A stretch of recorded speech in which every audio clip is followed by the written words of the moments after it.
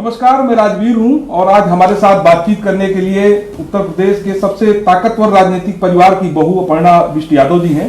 इनसे बातचीत करेंगे क्योंकि इनके बारे में बहुत सारे लोग हैं जो जानना चाहते हैं, जो जिस तरह के मुखर बयान होते हैं उसके बारे में लोग जानना चाहते हैं।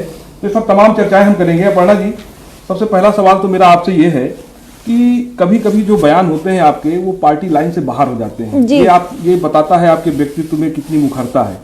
तो ये जो इस तरह के जो वक्तव्य होते हैं, जो बयान होते हैं, आपको लगता नहीं कि आप समाजवादी पार्टी में रह के तमाम ऐसे बयान आए जो समाजवादी पार्टी से आपको अलग करते हैं, तो ये इसमें आपकी तेजी मानी जाए या इसके पीछे और कुछ है? मैं देखिए, जो भी चीज सही होती है और जो भी चीज आप कह लीजिए कि सत्यापित है जगत में, उसी को मैं कहती हूँ। मैं कोई पार्टी लाइन से या लीग से हट करके इस तरीके की बात नहीं, मैं तो जो सच है वही बोलती हूँ। मैं कोई ऐसी बात मैं कभी आपने कभी भी ये नहीं देखा होगा कि अपर्णा यादव अपने स्टेटमेंट से मुखरी होगी या मैंने जो बात कही मैं उसका पूरा ओनस अपने पे लेती हूँ कि आज तक मैंने जो भी बोला है मैंने अपने विचार से बोला है, मैंने अपनी बुद्धि से बोला है, अपनी मति से बोला है और लोग इस बात के साक्षी हैं कि अपर्णा यादव ने आज तक जो बोला है परमात्मा के आशीर्वाद से वो चीज कभी गलत नहीं बोली है, क्योंकि मैं लोक हित में ही बोलती हूँ। मैं ये नहीं बोलूंगी कि देखिए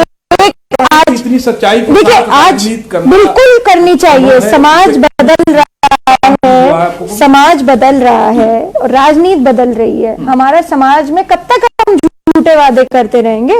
कब तक हम इस ऐसे भारत का निर्माण हमारा तब तक अच्छा नहीं हो सकता। हम सुनहरे भारत की कल्पना ही नहीं कर सकते अगर हम सत्यापित राजनीति ना करें तो। और हम कब तक झूठे ढांढस बनाते रहेंगे? आज के दिन हम ये कह रहे हैं हम रोड बनवा देंगे, हम रोड बनवा देंगे, हम फलाना काम करवा देंगे, हम आपकी छोटे दिक्कतें पूरी करवा देंगे, मगर जो है इफ वी आर प्लानिंग, अगर हम सोच रहे हैं कि हमारा जो परिकल्पित भारत है वो एक मापदंड पे हम लाना चाह रहे हैं कि अमेरिका से भी अच्छा एक भारत हम बना सकें, उतना मॉडर्नाइज बना सकें, उतनी अच्छी इकोनॉमी दृढ़ कर सके, तो हमें सत्य बोलना पड़ेगा। उसके लिए हमें आईना दिखाना पड़ेगा। सत्य बिल्कुल बोलना चाहिए। मुझे लगता है कि सभी जितने भी राजनीतिक लोग हैं सबको सत्य बोलना चाहिए। जी। लेकिन मैं ये बात इसलिए कह रहा हूँ कि कई बयान आपके ऐसे आए कि जिसको लेकर मुझे लगता है कि आपकी पार्टी के राष्ट्रीय अध्यक्ष असहज हो गए। अभी हाल ही में चाहे वैक्सीन का मामला रहा हो, ये वैक्सीन का तो ताजा मामला इसलिए हम कह रहे हैं क्योंकि कोई भी पार्टी होती है तो एक पार्टी की एक लाइन निर्धारित। देखिए, मैंने तो हमेशा से कहा कि मैं राष्ट्र के साथ पहले हूँ, उसके बाद मैं महिला हूँ, उसके बाद मैं किसी की बेटी हूँ, उसके बाद मैं किसी की बहू हूँ, उसके बाद मैं माँ हूँ। मैं पहले राष्ट्रवादी हूँ और राष्ट्र हित में जो भी कुछ होगा मैं हमेशा उसका साथ दूंगी। लोहिया जी हमारे आदर्श, समाजवादी पार्टी समाजवाद के आदर्श लोहिया जी ने हमेशा राष्ट्र पहले बोला कि राष्ट्र को पहले रखो, उसके बाद सब कुछ। आदरणीय नेताजी भी हमेशा इसी बात का पालन करते आए हैं और मुझे लगता है कि हमें हमारे जो बड़े कहे गए, जो बड़ों ने रास्ता दिखाया है, उसी पे हमें लगता है कि चलना चाहिए, उसी में सबका जो है हित है।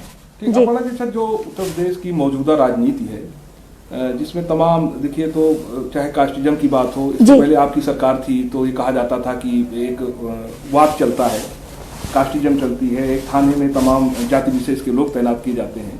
और जो मौजूदा राजनीति है, उत्तर प्रदेश के मुख्यमंत्री योगी आदित्यनाथ हैं, इस सरकार में आपको लगता नहीं कि जिन मुद्दों को लेकर वो लड़ते थे आज वो खुद वही बातें वो लोग दोहरा रहे हैं? देखिए, मैं समझती हूँ कि कोई भी सरकार जब भी आती है तो लोक चुनाव से आती है। लोगों का बहुत भरोसा होता है उस पार्टी विशेष पर और उन लोगों पर जो वो चुन करके लाते हैं। तो कोई सरकार देखिए कभी बुरी नहीं होती है, चाहे वो समाजवादी की हो, चाहे वो बसपा की हो, चाहे वो अभी जो समय चल रहा है उसमें भाजपा की सरकार हो, तो सरकारें बुरी नहीं होती, उसकी योजनाएं बुरी नहीं होती हैं। दिक्कत इसमें आती है कि वो योजनाएं कितना ग्राउंड लेवल पर उतर पाती हैं, उसमें अफसर किस प्रकार से हमारे काम कर रहे हैं। क्योंकि कहीं ना कहीं अगर अफसर हमारे अच्छे काम नहीं करेंगे, हमारे मंत्रियों की नहीं सुनेंगे, तो कहीं ना कहीं ये सरकार के जो आला उस पे बैठे हुए हैं उनका ये दायित्व बनता है।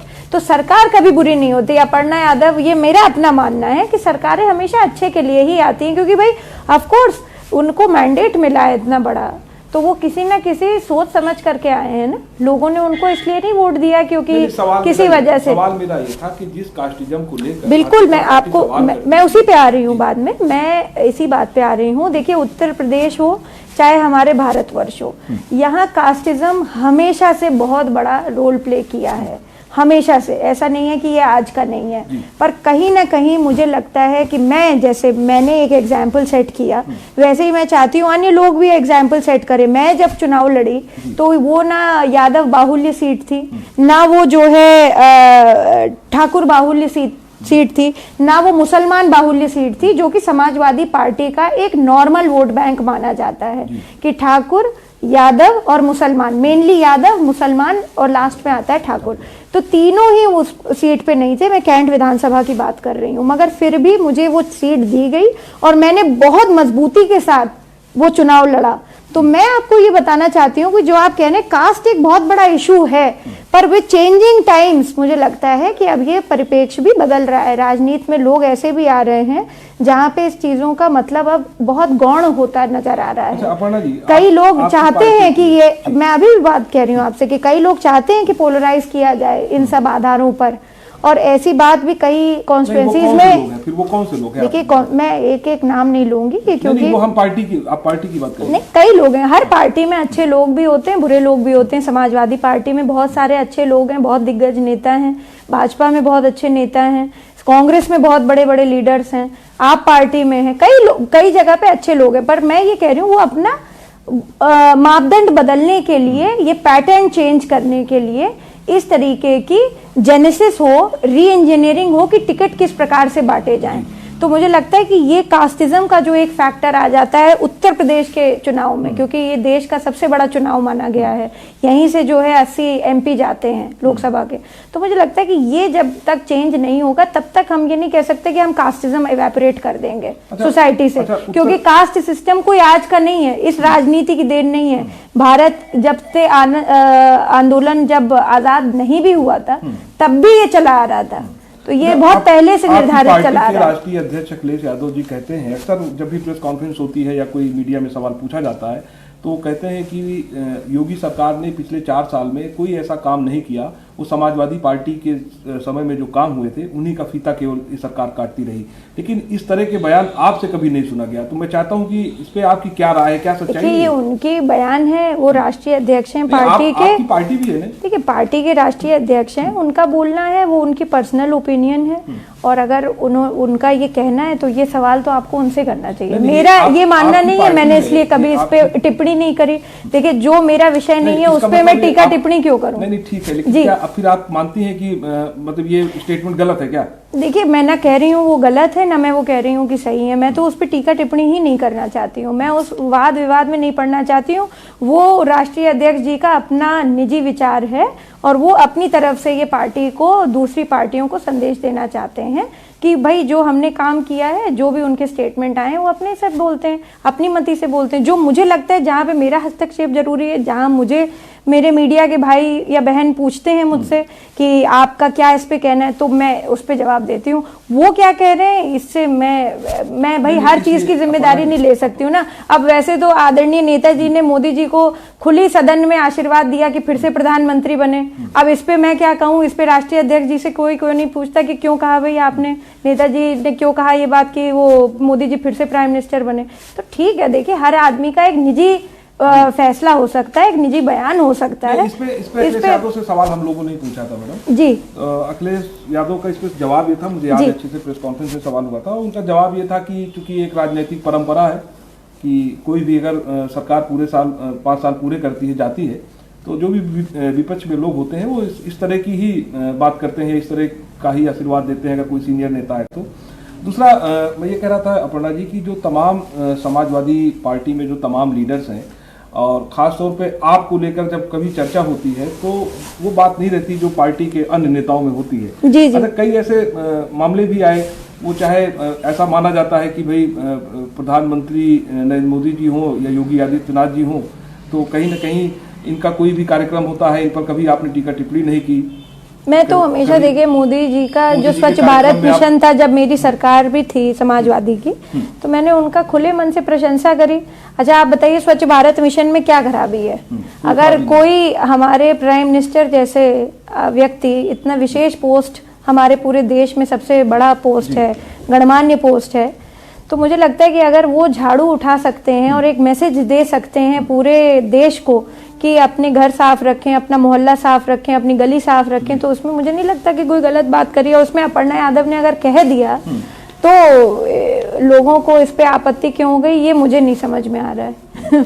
मतलब ये बात मुझे नहीं समझ में आ रही है। देखिए ये राजनीतिक ऐसा हो सकता है कि जो है, देखिए राजनीति में बिल्कुल राजनीति में जो है, अगर जो है अच्छे कोई काम हो रहा है तो लोहिया जी तो खुद ही तारीफ करते थे अपने समय पे। इंदिरा जी की उन्होंने भरे सदन में जो है जहाँ तारीफ करी, वहाँ उन्होंने भरे सदन में उन्होंने उनकी जो है जो भी जब 71 में इमरजेंसी लगी थी तो आपत्ति भी जताई कई चीज़ों पे। तो देखिए हमारे आदर्श कौन है राजनीति में, हमारा गुरु कौन है, और लोहिया को अगर हमने सच में आत्मसात करा है तो भरे मन से मैं ये कह रही हूँ, आज भी मैं कह रही हूँ, स्वच्छ भारत मिशन जैसा मिशन हमारे देश को चाहिए था और अच्छा काम किया उन्होंने। और इसमें कोई गलत बात मुझे तो नहीं लगता कि मैंने कोई गलत बात करी है। वही साफ सफाई रखना ये तो परमार्थ का काम है, परमात्मा के निकट पहुंचाता है। हर मजहब में ये कहा गया है, हिंदू हो, मुसलमान हो, क्रिश्चियन हो, सिख हो, कोई हो, सब में कहा गया है कि सफाई सबसे ज्यादा परमात्मा को प्यारी है। Cleanliness is closest to godliness. तो इसमें क्या गलत बात कही? अगर भारत का प्रधानमंत्री कह रहे हैं तो उसे बीजेपी से क्यों जोड़ा जा रहा है? भाई वो तो सबके प्रधानमंत्री है ना, वो हमारे भी प्रधानमंत्री हैं, वो किसी के भी प्रधानमंत्री हैं। भाई सारे पूरे भारतवर्ष में जितने लोग आते हैं उनके प्रधानमंत्री हैं। राजनीति का थोड़ा पैटर्न अलग है ना। नहीं राजनीति, वही तो मैं कह रही हूँ, जब तक हमारे जैसे लोग जो है राजनीति में अपनी बात नहीं रखेंगे और इस तरीके की मन से बात नहीं कहेंगे अपनी, तब तक मुझे नहीं लगता कि हम लोग अपनी भाव भंगिमाएं बदल पाएंगे राजनीति की। अगर उसी डर्रे पे चलना है तो हमारा भारत जो है 80 साल पुराना हो जाएगा और पीछे चला जाएगा। आगे ले जाना, भले हम विपक्ष जो अच्छे काम है उनकी खुले मन से प्रशंसा करिए, बिल्कुल सार्वजनिक रूप से प्रशंसा करिए, और जो गलत हो रहा है उसके बारे में बोलिए कि गलत हो रहा है। लगता है कि ये कमी आपकी पार्टी में है कि लोग इतने खुले मन के नहीं हैं? देखिए कमी गिनाने के लिए मैं हूँ नहीं, कमी गिनाने के लिए आदरणीय नेताजी हैं, वो बोलते ही रहते हैं अक्सर प्रेस कॉन्फ्रेंस में। उनका व्याख्यान सुन लीजिए ना आप कि वो क्या बोलते हैं पार्टी के लिए। उस पर मुझे टिप्पणी करने की आवश्यकता नहीं है। संरक्षक क्योंकि वो हैं, और हमारे लिए तो सभी भाई बड़े हैं, चाहे वो कोई भी हो हमारी पार्टी में। भाई पुराने राजनीतिज्ञ हैं, पुरानी परिपक्वता है उनकी राजनीति में, तो भाई नेताजी से सीखें और आगे बढ़ें। हम तो यही चाहते हैं। नहीं, लेकिन ये थोड़ा सा नेताजी के समय में जो समाजवादी पार्टी थी और आज के समय की समाजवादी पार्टी में लोग अक्सर चर्चा करते हैं जी कि अगर आप जन नेताओं की बात करें तो मुझे लगता है कि इस बात की जो विरोधी पार्टियां, समाजवादी पार्टी की जो विरोध में पार्टियां हैं, चाहे भाजपा हो, कांग्रेस हो, ये सब दल भी कहते हैं इस बात को कि समाजवादी पार्टी में अब जन नेता उस तरह के नहीं है। तो इसके पीछे क्या वजह मानती हैं कि क्यों अब ऐसा समय नहीं है? देखिए अब तो ये तो इस पे तो मुझे लगता है राष्ट्रीय अध्यक्ष जी ही बोल पाएंगे। और मैं तो भाई एक कार्यकर्ता के रूप में हूँ समाजवादी पार्टी में, और आदरणीय नेताजी की छत्र छांव में हूँ, तो जो है मुझे नहीं लगता कि इस पे मुझे कुछ बोलना चाहिए, क्योंकि ये विषय मेरा नहीं है। ये विषय जो है राष्ट्रीय अध्यक्ष जी का है, वो बोलें कि क्यों नहीं डेवलप हो पा रहा है। बात आती है तो जी, क्योंकि हम लोग फील्ड में देखिए डेवलप करना तो लीडर का काम है ना। तो नेताजी ने जब उनका समय था तो उन्होंने बहुत सारे लोगों को डेवलप किया। अब ये बात जो आप कह रहे हैं, मुझे लगता है कि ये जानी चाहिए उन तक, और वो डिसाइड करें कि क्यों नहीं हो पा रहा है। तो ये तो एक एज ए कार्यकर्ता ये आपकी भी जिम्मेदारी बनती है। जो हमारी जिम्मेदारी है वो हमने लिख करके दी, उस पर विवेचना करना, उस पर टिप्पणी करना, उस पर जो है एक्शन लेना, उस पर कार्यभार निर्धारित करना, ये तो भाई अध्यक्ष की जिम्मेदारी है। वो जिम्मेदारी मैं ले नहीं सकती हूँ जी। अच्छा, आपकी पार्टी में ही ये चर्चा है कि आपने जितनी बार योगी जी से मुलाकात की होगी उतनी बार तो आप अपने पार्टी के राष्ट्रीय अध्यक्ष से नहीं मिली होंगी, क्या सच है क्या ये? ऐसा कुछ नहीं है, भैया से काफी बार भेंट हो चुकी है, और क्योंकि वो भाई पारिवारिक भी है हमारा मसला, तो जब भी आदरणीय नेताजी की अभी घर पे ही हुई उनकी, पर जो है जिस प्रकार से लोग कह रहे हैं ये उचित नहीं है। देखिए पर्सनल लाइफ होती है सबकी अपनी, और इस तरीके की किसी पे भी व्यंग्यात्मक मुझे नहीं लगता है कि अच्छी बात है। अपर्णा जी, इस वक्त जो है जो दिल्ली में किसानों का एक बहुत बड़ा आंदोलन चल रहा है। जी बिल्कुल। 69 दिन हो गए हैं, लेकिन सरकार की तरफ से अभी कोई भी चीजें स्पष्ट नहीं है। किसान अपने आप पेड़े हुए हैं कि जब तक उनकी मांगे नहीं मानी जाएंगी, जब तक तीनों कृषि कानून रद्द नहीं किए जाएंगे, तब तक वो हटेंगे नहीं। जी इसके पहले क्या कुछ हुआ हम लोगों ने देखा 26 जी जी जनवरी को। बिल्कुल बिल्कुल। तो आपको लगता है कि किसानों के साथ सरकार गलत कर रही है या सरकार की बात किसानों को मान लेनी चाहिए? देखिए, मुझे लगता है कि सरकार और किसानों में कोई भी इस प्रकार का वाद विवाद है तो ये नैतिक जिम्मेदारी है सरकार की कि वो किसानों को समझाए, चाहे कमेटी बनाए, चाहे डायरेक्टली, जो अभी हाल फिलहाल में मैंने अखबारों के माध्यम से ही पढ़ा था कि प्रधानमंत्री जी ने बोला कि आप मुझसे डायरेक्ट फ़ोन पे बात करिए, मैं एक फ़ोन कॉल अवे हूँ और मैं बात कर सकता हूँ आपसे। तो इस प्रकार की बात अगर है, कहीं ना कहीं मुझे लगता है कि जो अवसाद है इस बिल के बारे में किसानों के मन में, उसको दूर करने की आवश्यकता बहुत है, क्योंकि आज तो भी भाई सरकारी तो करेगी, 12-13 राउंड की बातचीत सरकारी तो करेगी। मैं तो बात कह ही रही हूँ आपको, सरकार करेगी, सरकार की ये नैतिक जिम्मेदारी होगी, क्योंकि आज भी हमारा जो देश है वो 75% जो है किसान से है। We are an agricultural based economy, not an industrial based economy. Bharat एक कृषि प्रधान देश है और इस बात सरकार तो कह रही है, सरकार कह रही है ये बिल हम किसानों के लिए लाए हैं, उनकी देखिए बात है। ये वही मैं बोल रही हूँ, अगर कहीं ना कहीं कृषि बिल से किसान हमारा व्यथित है, चिंतित है, आहत है और इस प्रकार से आंदोलन करने पर मजबूर है, तो उसकी बात सरकार जरूर सुने और इसमें आदरणीय प्रधानमंत्री जी को तुरंत हस्तक्षेप करना चाहिए, वरना इसके जो नतीजे हैं वो सिविल वॉर में भी परिवर्तित हो सकते हैं, जिस प्रकार का आंदोलन चल रहा है आजकल। और मुझे नहीं लगता कि देश के लिए इस प्रकार के हालात अच्छे होंगे इकोनॉमिकली।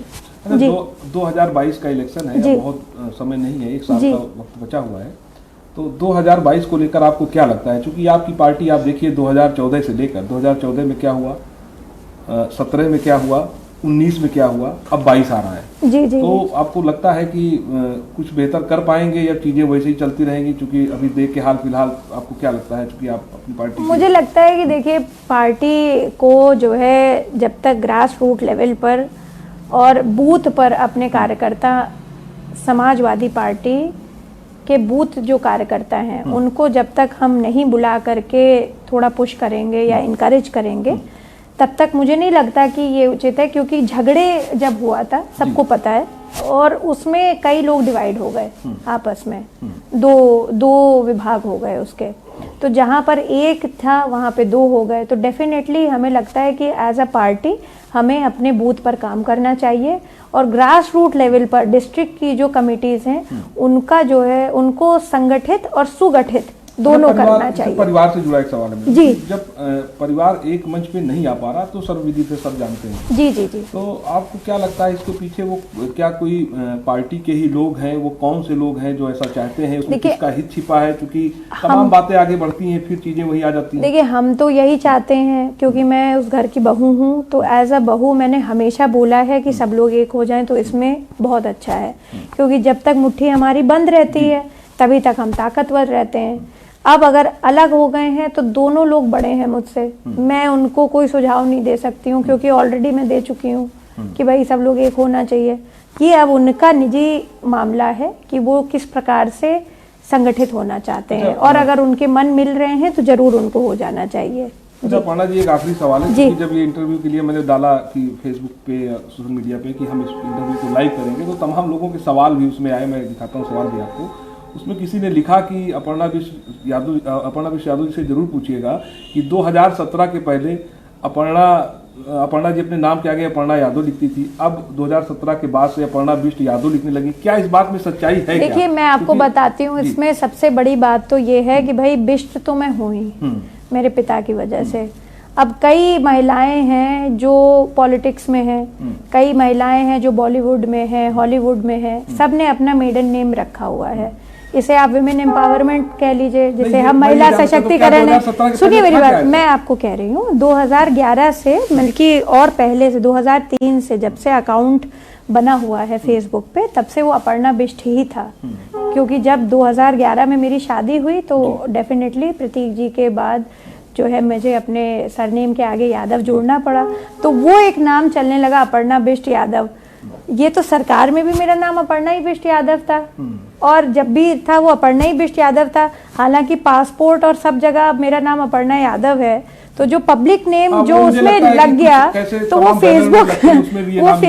फेसबुक से लोगों ने लेना शुरू कर दिया उसे, अपर्णा बिष्ट यादव। और अगर लोग ले रहे हैं तो मैंने कभी इस बात पे आपत्ति नहीं जताई। मुझे उन लोगों की सोच पे हंसी आ रही है, और आपके न्यूज चैनल के माध्यम से मैं उन सारे लोगों को ये बोलना चाहती हूँ कि इस तरीके की किसी भी महिला के लिए आप, बड़ी अच्छी बात होती है कि भाई किसी को इनकरेज करना, पर ईंटें मारना तो बहुत आसान बात है ना भाई। आदमी को हिस्ट्री, इतिहास पता नहीं है किसी चीज का, कोई चीज आप जानते नहीं हो। अब भाई पहले तो अपर्णा बिष्ट ही थे ना, उसके बाद ही तो यादव बने। तो भाई ठीक है, अगर अपर्णा बिष्ट के बाद उसमें यादव लग गया और वो पहले से नाम चला आ रहा है, तो मुझे लगता है कि ये जब सरकारें चेंज हुई, और हो सकता है कि ये जो सरकार का एक ग्रेजुअल शिफ्ट हुआ और कहीं ना कहीं बिष्ट सरनेम से लोग एसोसिएट करने लगे कई जगहों पर, तो मुझे नहीं लगता कि ये उचित है। मेरा नाम अपर्णा यादव ही है ऑफिशियली, और जो है अपर्णा बिष्ट यादव मेरे पिताजी की वजह से है, और इसको मैं कभी डिनाई नहीं करती हूँ। फेसबुक पे ये 2003 से पड़ा हुआ है। मैं उन लोगों को बोलना चाहती हूँ, और मैं उन लोगों का भी नाम का हिस्ट्री पूछना चाहती हूँ, वो अपना भी बायोडेटा भेज दें मुझे अपने, जिन लोगों ने इस तरीके के गंदे सवाल कर रखे। मैं वो दिखाता हूँ जी। अच्छा, एक आखिरी सवाल जी, आप पशु प्रेमी हैं जी, और योगी जी भी काफी गौ प्रेमी हैं जी, तो शायद आप कान्हा उपवन जो आप का जहाँ गौपालन है वहाँ पे आप गए भी मुख्यमंत्री जी के साथ, तो क्या ये एक वजह है क्या कि जिससे कि मुख्यमंत्री जी आपको मानते हैं, या आप? देखिए, जीव हमारे सनातन धर्म में हमेशा से कहा गया है कि जीव रक्षा परमो धर्म। हमेशा से कहा गया है कि जब तक हम प्राणियों की रक्षा नहीं करेंगे तब तक प्रकृति का संतुलन नहीं बनेगा। और इस ईरा में जिसमें हम 2021 आ गया है, we are living in the 21st century, इसमें तो बहुत ज़रूरी हो गया कि पर्यावरण संरक्षण करेंगे कैसे जब तक जीव नहीं बचेंगे। और गाय सबसे अहम हिस्सा है पर्यावरण पूरी साइकिल में, और बहुत ही परोपकारी जीव है। तो मुझे लगता है जब आदरणीय योगी जी जो है as a member of parliament थे, मुझे नहीं पता था कि वो एक दिन चीफ मिनिस्टर बन जाएंगे। मैं तो उनको तब से मिली हूँ, और गौ रक्षा और गौ पालन के बारे में मैंने तब से बात करी है उनसे। मुझे ये बिल्कुल भी अंदाज़ा नहीं था कि वो एक दिन इस प्रदेश के मुख्यमंत्री बन जाएंगे और इस सूबे के इतने पावरफुल आदमी होंगे।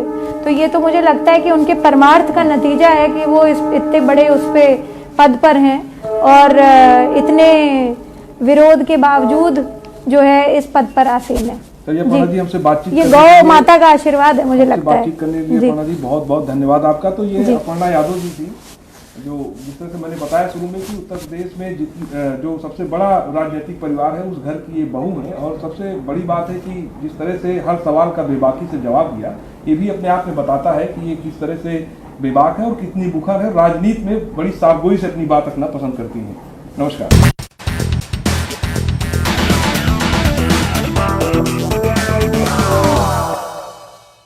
वो क्या एहसास